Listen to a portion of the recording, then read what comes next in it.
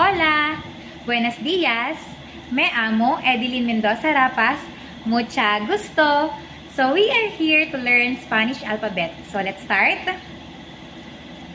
A, B, C, Ch, D, E, F, G, H, I, J, K, L, Y, M, N, Ñ, O, P,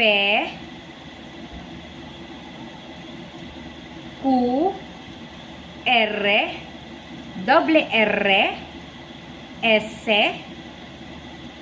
T, U, V, W, X, Y, Z. So I hope you learned something from me. Muchas gracias. Adios.